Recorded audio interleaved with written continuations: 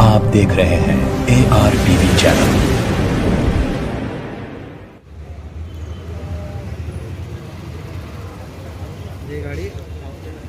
देखिए साहब, कल रात में जो है करीमनगर में एक हिंदू एकता यात्रा के नाम से एक पब्लिक मीटिंग हुई और उसमें जो है तेलंगाना बीजेपी के सदर बंडी संजय, जो ख़ुद करीमनगर के मेंबर ऑफ़ पार्लियामेंट हैं, उन्होंने मुख्तलि अपनी स्पीच में कई बातें की हैं, जिसमें इश्तियाल अंगेज़ जो कम्युनल हेट्रेडनेस में अंडर में आते हैं।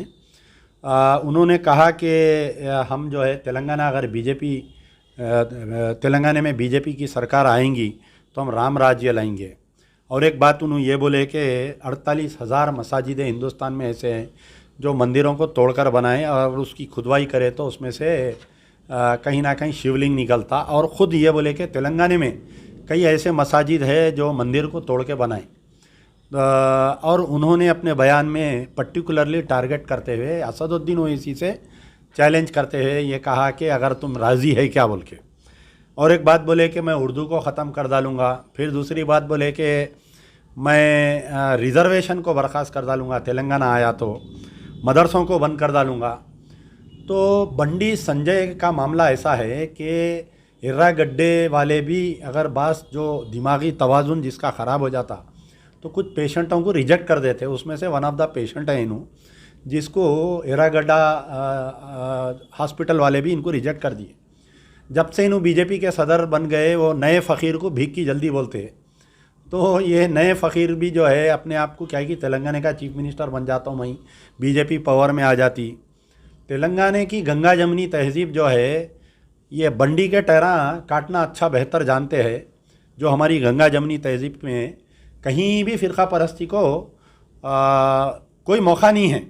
लेकिन बड़े अफसोस की बात है, 2 पॉइंट्स आप याद रखिए कि पहला मुझे अफसोस ये है कि कई सालों से, जब से तेलंगाना अलग हुआ, राजा सिंह इश्तियाल अंगेज़ बयान दे रहा है, एक भी केस में उसको सज़ा कराने में तेलंगाना सरकार नाकामयाब हो गई।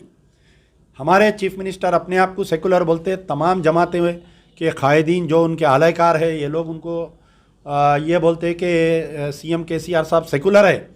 लेकिन तेलंगाना के चीफ मिनिस्टर KCR साहब का सेकुलरिज्म आज चैलेंज पे है कि पूरे 8 साल में राजा सिंह के ऊपर एक मुकदमा किसी में सज़ा नहीं हुई।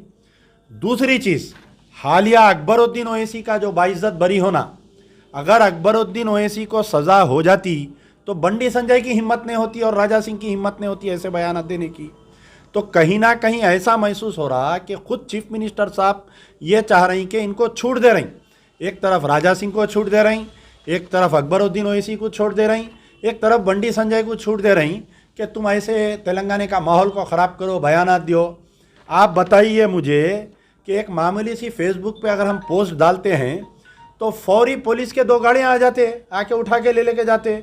साबिक़ में कई समाजी कारकुनों के साथ हुआ, आप देख सकते हैं कि फौरी पुलिस वाले आए, अरेस्ट करके लेके गए। CM के ख़िलाफ़ में एक पोस्ट डाले, बड़े बड़े जर्नलिस्टों को गिरफ्तार कर लिए।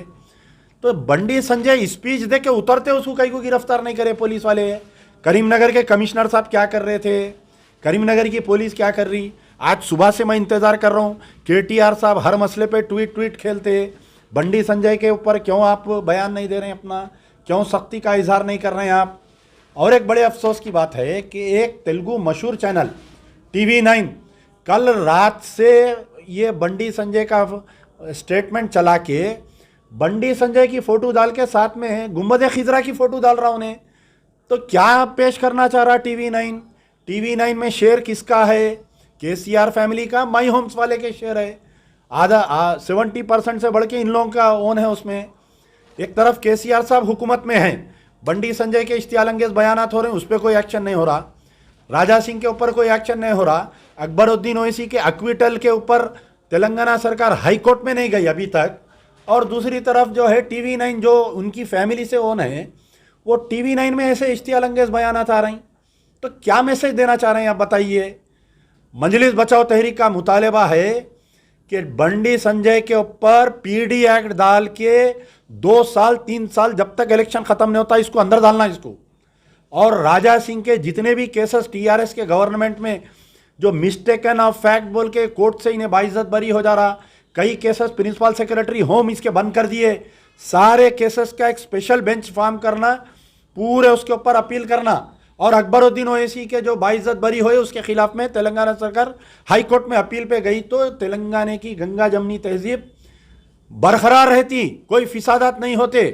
नहीं, अगर ऐसे पागलों के बयानात को अगर केसीआर साहब कंट्रोल नहीं करे, आने वाले इलेक्शन में जैसा कांग्रेस वाले फिरका परस्ती के खिलाफ में लड़ने में नाकामयाब हुए थे आंध्र प्रदेश में और सेंटर में, इसकी वजह से इनकी सरकार चले गई, आने वाले दिनों में केसीआर साहब की भी सरकार जाने वाली है।